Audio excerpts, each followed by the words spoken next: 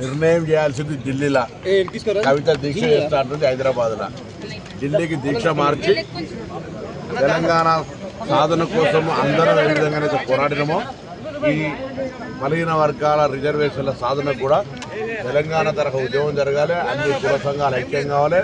తెలంగాణ ప్రభుత్వం అన్ని రకాల న్యాయ చట్ట అన్ని పరిస్థితులను దృష్టిలో పెట్టుకొని ఈ ప్రభుత్వం నిర్ణయం తీసుకునేటప్పుడు రిజర్వేషన్లు మనకు వచ్చే రిజర్వేషన్లు ఎవరు అడ్డుకున్నా అలాంటి తెలంగాణ ఉద్యమానికి ఎవరైనా అడ్డం వస్తే ఏ విధంగా అయితే ఒక ఉద్యమ స్ఫూర్తితో అందరూ ఏకమై తెలంగాణ సాధించుకున్నామో ఇది కూడా మన దగ్గరికి వచ్చే కుక్కను ఎవరు అడ్డుకున్నా శాంతియుతంగా గాంధేయ మార్గంలో దాన్ని వ్యతిరేకించాల్సిందే.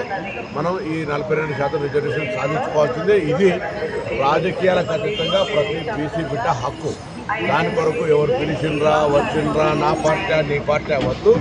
తెలంగాణలో ఉన్నటువంటి ప్రతి రాజకీయ పార్టీ ప్రతి బిడ్డ ఈ సాధన లోపల ఈ పోరాటం లోపల ఉద్యమం లోపల భాగస్వాములు కావాలని విజ్ఞప్తి చేస్తాం.